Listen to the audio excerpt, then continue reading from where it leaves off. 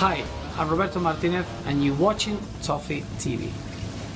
Welcome to Toffee TV as we look back. A fantastic win against Southampton, 3-0. It is the final word with me, Ped, and Matt Jones from World Soccer Talk. Matt, we were both talking about this game last week. I don't think you were as unsure. I went for the win because I just wanted to be positive, try and add a little bit of positivity to the game. We spoke about the need for a change of play. We've probably both thought we've got all the players, but we both thought we needed a different style. And on Saturday, we got that massively. It was so unexpected. They were a team enlivened. They played with vibrancy. They played with cohesion. They played with a real impetus and a clear plan. And it was just, I think it's probably our most complete performance away from home under Roberto so far. It was everything just came together. Everything aligned brilliantly. And we spoke about how we need to get the best out of our best attacking players and how we need to facilitate space for the likes of Barkley and Lukaku. And I think the presence of Cleverley and Kone really helped get the best out of them. And I thought Ron was outstanding in the first half. But I thought Ross Barkley in particular was just a cut above any player on the pitch. It was probably his best individual performance, I'd say, since Arsenal away in Martinez's first season. And it was just such an encouraging display. Now, it'd be amiss of us to not talk about the playing and stuff before the game, because obviously, it did happen. You can't hide the fact that it happened. I mean, obviously, we're aware of the people out there, the different groups, and what the I don't want to say agenda. I think agenda is the wrong word, but what their arguments are. I mean, what were your thoughts on the playing itself? I was quite happy it was before the match. I think if it was going on during the game, it might have been a bit of a distraction. It might have caused some kind of division in the crowd and the fans, but it was good to see it before the game. I personally have got no problem with fans protesting. I think there are some valid questions to answer. I just hope it continues to be done in an articulate way, a tactful way. No personal attacks on any particular people, because I do think there are a lot of valid questions that the fans do have a right to ask, and I just hope it continues to be done in the right manner. I don't want to see flags at the game which have got individual names on, pointing fingers at individual people, regardless of what's going on. It just needs to be done in the right manner for me. Yeah, I completely agree. It didn't affect the game as such. It got the message across, and it's opened up a debate, and I think that's important that we actually have this debate, because I think what's gone on for too long is you have people shouting something, and then you have the people shouting them down, and then people trying to shout over the top of them, and it ends up in this just big argument. Now, I think if we've got a platform where we can actually just discuss that, I think that's really important. We can just have that conversation. And as you said, there's a lot of valid points out there, and if we can get valid answers or points across, then just a bit of a clarification on a few things, then I think that's going to help massively. A lot of people are struggling, are scratching their head going, why haven't we really done anything this season when other people have spent money? Maybe a few answers to those questions, or if those answers have already been given, just a simplification. Not saying people out there don't understand, but people say, oh, well, it's all there in the accounts. Well, not everyone can understand accounts like other people can. So I think it's a valid point. I also feel that if people can get those grumblings out before the game, then the atmosphere during the game can be a lot better. And certainly we'll look forward to the Man City game in a different video, but that's dead important. And the atmosphere at Southampton, to be honest, looked brilliant. Yeah, it was. I mean, I'm sure you guys put the video up, didn't you, from half time of the Ross Barkley song and that, but I'm sure that had a lot to do with the result itself. But before the game, it was just the polar opposite again. We talked about the performance being so different. In the stands, it was just completely different as well. The atmosphere was good. Everyone was behind the team, and getting that banner out the way, like you said, grievances are gone then. Everyone can focus on the team performance, and it was a lot better. And some people might not agree with the playing and the way it was done, and it's kind of like a modern phenomenon, isn't it, now? But TalkSport have had a debate about it. I think BBC Radio 5 Live are having a debate about it. We're talking about it now. And as long as the debate's constructive and it's forward-thinking, nothing negative should come out of it at all. So I've got no problem and it's nothing to run away from either. Not at all. I don't think anyone should be running away from. I don't think the club should be running away from it. I think it's a debate worth having, and we'll all come out of it the other side, hopefully, with a better club. Yeah. You know, and I think that's all anyone wants. And what it does annoy me is when people actually say, "Oh, I bet the people who were protesting were gutted that we won 3-0." That's the kind of thing that really annoys me. Yeah. That's just ridiculous thinking. That's really, really poor thinking if they honestly think that. Yeah. And then on the other side, you've got, you know, people like, well, what, there you go, we won 3-0, what do you want? You know, Exactly. I just think can't please everyone. It's weird, isn't it? Because, like, you know, we talked about last week and we were saying about how bad that first half was last week, and Roberto Martinez has never struck me as the kind of manager who sort of responds to things like out of whim, and yet it looked like watching us. well, we've said that a few times. It's weird because, like, you know, last week he changed the style second half. He brought Kone on. He went 2 up front. Now it wasn't necessarily 2 up front this week against Southampton, but you know he definitely changed. He definitely, you know, we played on the counter attack. We played with another option up front. He fought fire with fire. He didn't just set up to just say, well, this is how we play. You know, break us down or whatever. He went in. He was real purpose in the way we played. It's fantastic to watch. Yeah, we were adaptable at different points in the game as well. I mean, we started with that 4-1-4-1 formation, which you mentioned last week that we played with in the second half of last season, which was so good. Then in the second half, Southampton altered a little bit, and we went to a dime in the midfield then. So it's good to be adaptable in game to game, but when you're actually in the game itself and you've got players in the team who can quickly slot into a different system and you can nullify the opposition in a different way to react to how they're playing, that's really encouraging as well. But it was I think we were just so lively and so fluid going forward. We had a lot of different options, and we just seemed a lot freer and a lot more fluid. So, you know, the goals were, I think all the goals were outstanding. All came from players running forward with the ball, which is what they do best. So, you know, more of the same, I think, against Man City. Well, you're saying that. I mean, the system, for me, it suits the players involved. I mean, you look at all the goals.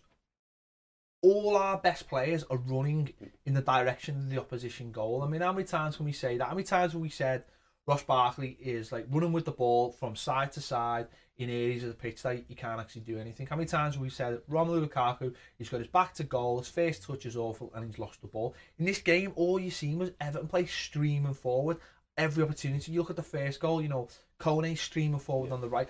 Barkley's broke out of the back. He's running, Kone's running in front of him, he's got a ball, and Lukaku's running. The second goal, you know, Barkley's running forward and Rom's running forward. And players don't know how to deal with that because we've got 1, 2, 3, 4 options of players all running forward. And it's so refreshing to see, because normally what we're used to is players just in stagnant positions, just the ball moving, but the players moving, not moving. And this week it just felt like everything was moving with pace, with movement, and we just looked so dangerous in that first half. It's again, you've got to be adaptable, because it's easy to do it against a team like Southampton when they're at home and they've lost the best holding midfield player and a few key defensive components, and they were a little bit out of shape. And we've got to find a way as well at home to get the same out of Ross Barkley, to get the same out of Romelu Lukaku when teams like Watford come and sit deep and make it difficult for us, because there isn't that space for players to drive forward and run into. So it was good to see us play like that. It was good to see that relationship coming back between Ross and Lukaku as well. I don't think it's something that was very prevalent last season because of injuries to Barkley. He was moved around the team at times, but he played in a slightly withdrawn role on Saturday, which we were all hoping he was going to do it, I think. And that space to run into, and it kind of, and Kone coming off that right hand side, it freed up Lukaku. It got defenders away from him and gave him the time and space to affect the game. In the match, our most common passing combination was Lukaku to Barkley, which just shows Lukaku was a good foil for him. He was bringing Ross into the game, and then they had space to run into because of the influence of Cleverley, who I thought was really good again, really energetic, gave us something different on the left-hand side. And Kone as well, quite intelligent, coming off the right flank, occupying defenders and just making a lot of space for our best players. Going back to Ross Barkley for a moment, because I want to touch on him. Last week, you know, against Watford, first half, I was really worried about him. He kept on losing the ball, consistently losing the ball, just finding himself and play areas of the pitch where he didn't feel like he could actually do anything. But, you know, we mentioned it last week, so when Kone came on, it just freed up that little bit of space and just give him that little bit of room. And that's what, again, you're watching this week, and it almost felt like he had a free role, because with Kone being on the pitch, it felt like there was another centre back occupied, or another defender occupied at least, and it just enabled Ross Barkley to play his natural game. The amount of times he had well documented how many times he had the ball and he picked the right pass. I mean, just the first goal, that little pass into Kone, that's so, he was, the strides with the ball, that's what impressed me so much. The amount of room he made up. The second one, lovely little ball inside, and then he obviously finished off with his own goal. He probably should have scored one in the first half. It was 1-0 as well, but he looked so much freer. And yes, he still made silly passes at times when there was an easier option on. But I think the amount of times he did play that simple ball, but the simple ball was so effective. He didn't have to do something really, really clever. I think that was such a major difference from what we've seen, even last week in the first half into last season. Last season, you try and see him trying to make that defence splitting pass that we all want from him at number 10. But this week, he was actually making the simple pass that was so effective, because he was doing it at the right time, and generally he was on the run or at pace. And the opposition just couldn't cope with him. Well, he had more touches than he played on the pitch, completing more passes than any other player on the pitch.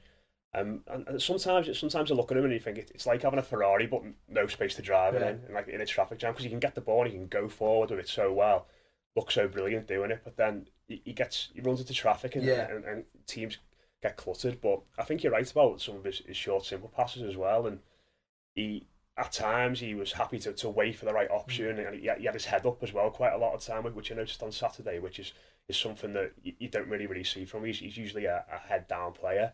But another really encouraging thing for me was how he reacted to that chance in the first half, because I think a lot of times we've seen him in games, especially at home, when he does something poor and he plays a poor pass in a dangerous area, or he has a poor shot and there's a big groan, and he slumps his shoulders and his head goes down. But on Saturday he was quick to react and played such a vital part in that second goal. And his final ball again, I thought was really good at the weekend. For that pass for Lukaku's goal, and then in the second half as well, he very nearly played in Naismith for a good chance. So I thought it was such an outstanding performance, but now it's just going to have to be about consistency for him. He needs to seen it a few times. He looked freer to me. He looked freer, but having runners in front of him didn't half make a difference. I mean, like we've seen Lukaku early on when he broke down the left. It was obvious early on that it was all about him picking up the ball and running with people, and we've seen this in basically any of Martinez's best performances for Everton have been with Romelu Lukaku. You look back, you look back and you think about Arsenal at home, Arsenal away, Manchester United home, Manchester United away, Newcastle. You only have to go back to that Newcastle game, when we won 3-0 there, and Ross, the goal he scored, and you've got him running, you've got Romelu Lukaku running.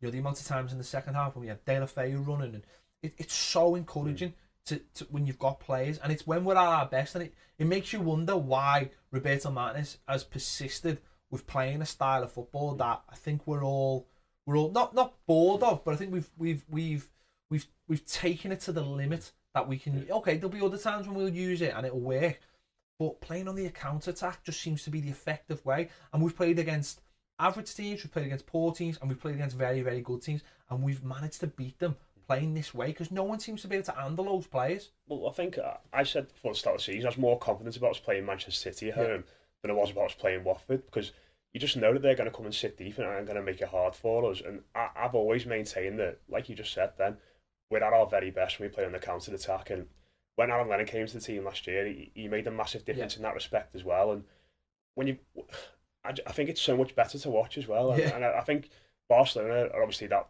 model held up for the meticulous passing and they're outstanding to watch. But I can't think of anything better than seeing a player like Ross Barkley or Romelu Lukaku bombing forward the ball, committing players, scoring goals, playing forward passes.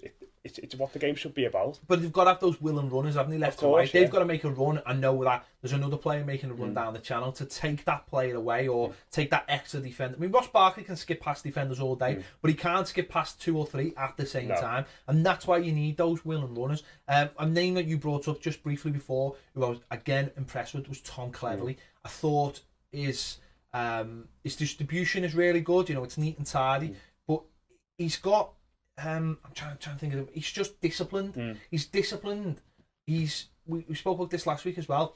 He's come straight into the team and slotted straight into the team. There's no issues with the way he plays. You know, he hasn't had to find a rhythm with the rest of the team. And it's that discipline, for me, that has allowed Ross Barkley to be a little bit more freer. And it's almost like we're playing, you know, not just a two-hole midfield anymore, we're almost playing three now. And that allows Ross Barkley to be freer. That allows us to play two up front. Okay, we haven't got as much width, per se, from a winger, but Coleman can still use that width. You know, not as much on the left because obviously Baines out injured, but Galloway, even maybe with Galloway being a typical sort of left back who's going to sit there, might allow a little bit more freedom. But I think Tom Cleverley, no matter what anyone thinks of him or what anyone thought about him in the past, he doesn't have to be the player he's not. He doesn't have to worry about being a centre midfielder that gallivants forward and has to create something. He's just an anchor that has come into the team and will allow the other players to play. And the biggest compliment, maybe not the biggest compliment I can play, he's like Osman. He allows other players to play. And we said that last season when Osman came to the team. It allowed other players to play, and we almost played better when Osman was on there. And I think that's the same with Cleverley. I've been really impressed by him so far. He's got loads about him. I think he's got. I think for that type of game, especially on Saturday, where you're going to be sitting deep in defending and then you're going to be springing forward the ball. I think he's a perfect player to play on that left hand side because he can tuck in really well. He's really tenacious. I think he's for our goal against Watford, the first one, he won the ball off the defender in a high area. Again, and when we're going forward the ball, he's happy to get beyond the front man. I think a lot of his best work for Villa last season under Sherwood was getting beyond the striker. His goal against us is probably the best example of that last season when he ran beyond the forward and then tucked it in. So he's disciplined in defence. He can tuck in. He can tackle. He's got loads of energy, and then going forward, he can get beyond the striker, link up the play as well. So yeah, on a free transfer, he's looking like a top class bit of business for me. I'd agree. Let's just talk about someone we've ridiculed massively. Massively. Arouna Kone. I mean, you're going to say Tim Howard? No. Well, I'll tell you what, Tim Howard, fantastic save. I was going to bring him fantastic up, save. Fair, He made a very, very clinical save. A save he should make, actually, if he's a top-class international goalkeeper. We've got to throw that in. Arouna Kone, though, you know, again, like we spoke about him last week, you know, he impressed the second half. This week, again, fair play to the fella. Do you know what? He's in there, he's making runs, he's hitting the channels. He's at times he was intelligent, but again, it's almost because there's less pressure of him. Don't get me wrong. If I think a lot of those thoughts stemmed from the idea of him playing up on his own, or you know, that just wouldn't work. But him playing off Lukaku and being intelligent, you know, he's an intelligent player. I've seen it a few times in the game where he just held onto the ball or bought himself a foul, things like that. That you know, that for me just added that little bit of intelligence. You know, and no denying, you know, he settled for the first. You know, his ball was you know, brilliant. Yeah. You know, he made that run as well. He's a willing runner. And I've said for a while, it's someone we haven't had in the team. I don't think since Andy Johnson. You know, a player who will run into the space and just get you things out of nothing. Yeah. And you add that to the little bit of class in Lukaku and in Barkley, and that can be invaluable. He does when he's playing well. He does the simple things well. And when you look at players like Morales, they don't do the simple things well for me. They're always trying to do the spectacular thing, where it's not always about spectacular things. It's allowing other players. Again, I think that we both are big fans of Pienaar, because Pienaar does the simple thing, but he does it so well. You know, he's such an intelligent player, and Kone for me on Saturday did that. He just did the simple things really, really well. I think the first goal is a prime example of that. He got the ball, and then how many players have we got in that situation who would try, even though Southampton backed off, to try and take the man on, get down the line, do a few step overs, whereas he just looked up, put a nice little cross in, and it's 1-0 then. But he's a player. When he was at Wigan, Martinez played him quite on the wide quite a lot, and he played Franco De Santo up front a fair bit, so he's a versatile player. He can play that role quite well. And making space for Lukaku again, like you said, willing runner, good on the ball. So, And when he came off as well, I think Martin said last week that he's never really felt accepted by the fans, and he's never really got it. And he came off, and he got a great reception. You could see he had a big smile on his face when he came off. So he's a striker. Strikers, they live off confidence, don't they? So important, very important. Now, we've talked about all the attacking part of it. I think we'd be a little bit remiss not to mention, the defence. Tim Howard, again, fantastic save. Made a couple of really, really good saves. Defensively, very, very solid. James Coleman trying to give one away with a silly chesting in the box. What was all that about?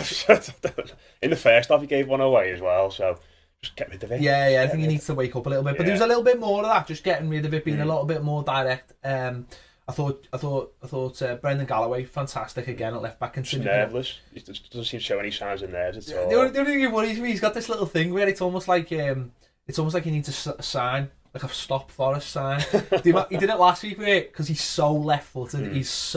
And he just literally run out to play with the ball, and he did it last week as well. Yeah, it's like because he's got nowhere to go because he's so left-footed, but he's so composed. And the fact that now, Baines, I mean, it's he's going to be out for 3 months. It's pretty heartbreaking. Like Oviedo, brilliant chance for a fella, and I don't know what's up with him. He's obviously got another knock. So it looks like Galloway's going to be in there.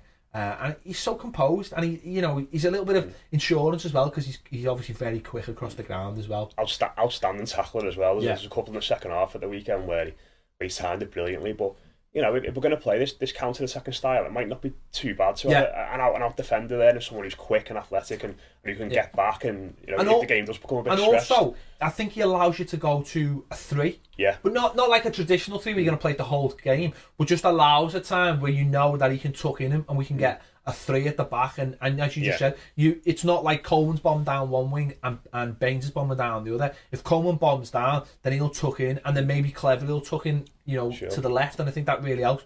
But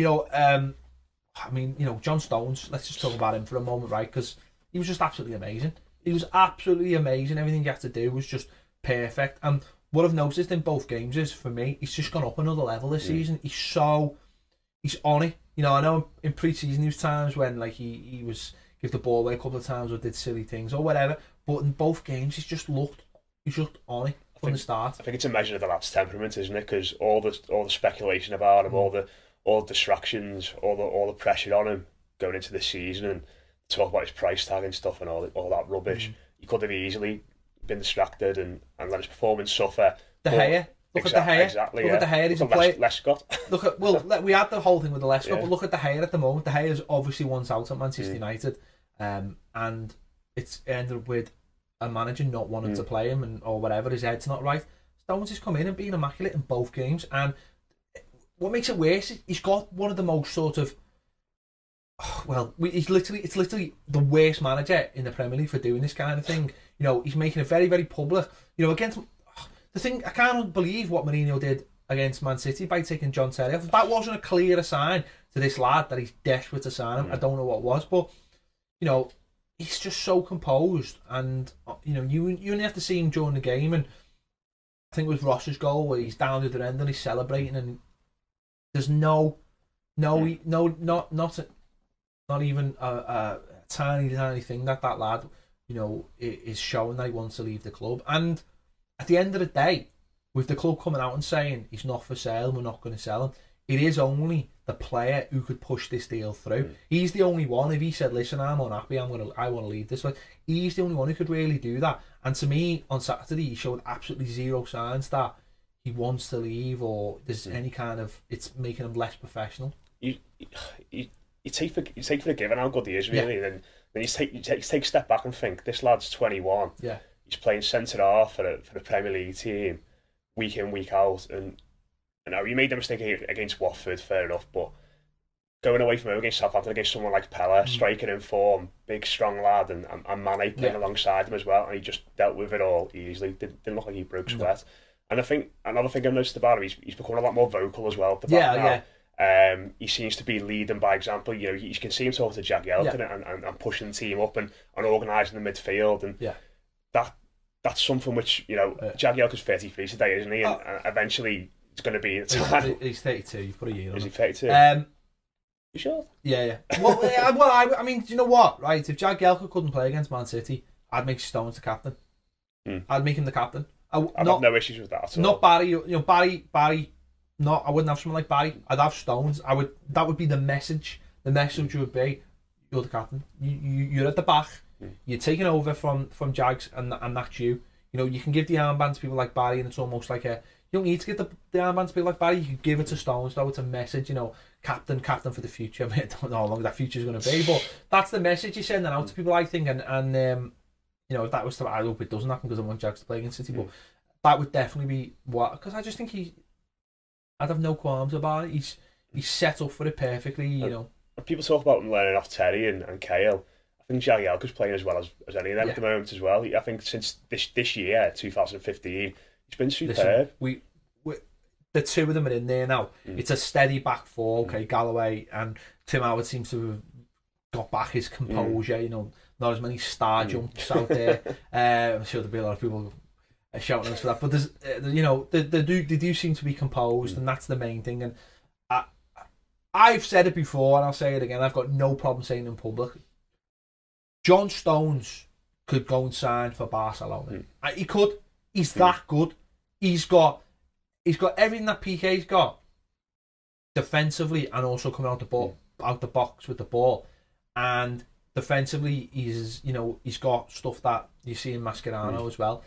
He is that good, and I just don't really want to see the lad waste his talent going to a club like Chelsea. I think that's why I think it'd be unfathomable for us to even sell him now this summer, because couldn't do it. You'd leave us with one centre half, and I think even at a touted price of 35 million, I think that greatly undervalues him. I do. Go, for what? I completely agree with you. I've got no problem saying it. I think he'll go to the very top. Barcelona, Real Madrid, Bayern Munich. He'd slot absolutely perfectly into any of those teams.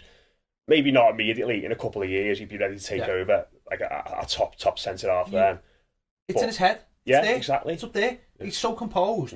He's got pace. He's strong. You just imagine him in a team like Barcelona. You think, you know, the first couple of years he gets through just because of Barcelona. You know, he would though, wouldn't he? Yeah. And you know, if he's going to leave the club, which he probably will at some point, because he is the best of the best, and you know, any club will lose players when they're really, really good. They will always go. But I just hope the lad makes the decision to go to wait and think what my next step is, because if you go somewhere like Chelsea, do you know what? He probably would get into their team straight away, but it's still Chelsea. You know, when he could be playing for Barcelona or Real Madrid, or if he goes somewhere like Chelsea this summer, how they're not going to be willing to sound someone like Barcelona or Real Madrid eventually anyway. So if he goes there, he's going to be there for a few years. And that's not even me being a selfish Evertonian. That's me looking at it from a point of view of a kid that has got the world at his feet. And, you know, if you want to push yourself to the very limits, go and push yourself at a club like Barcelona. I mean, let's be honest, if we went to Barcelona, we'd all be made up. We don't have Barcelona kids. You know, we wouldn't be made up. But I think as well, it would look, if Everton was to sound to a club like Barcelona, it would make us look, give us a little bit more stature, I think. Yeah. Do you know what I mean? Yeah, it's like definitely, you're not just selling your asset to Chelsea when they come calling. You're selling something like Barcelona. I think it shows a lot more about you. I just love watching, and as simplistic as that sounds, I just want to keep him for as long as possible. So I just love watching him play, and that's one of the most important things. It's simple and fundamental, but just a couple more years on him, please. Just stay for 2 weeks. Just be here in 2 weeks' time, please. Right, I think we've got through everything we possibly can do for this game. It is Southampton 0, Everton 3. The final word. I think we've gone through everything. It was brilliant. It's how we want to see us play every week. Let us know what you think in the comments below. It's dead important. Also, we've just smashed through the 4,000 mark for the subscribers. Big thanks to everyone. But you know what? There'll be loads of people out there who watch us do every video but don't subscribe. Make sure you subscribe up there. We're aiming for 5,000 this year. It's dead important. We want to be doing this full time. And if we do full time, we can do loads of videos, loads more videos. You know what I mean? And we get loads of better guests. Not better than Matt, because Matt's boss and he's going to be here every week. We will insist on a hair clause soon, though, because it's getting ridiculously long. I've had people say look like we're going to get one of those those nets for you know, like the dinner ladies wear. So go pipe down you. So yeah, so make sure you subscribe, and it's really important to us that you subscribe, because for our egos mostly.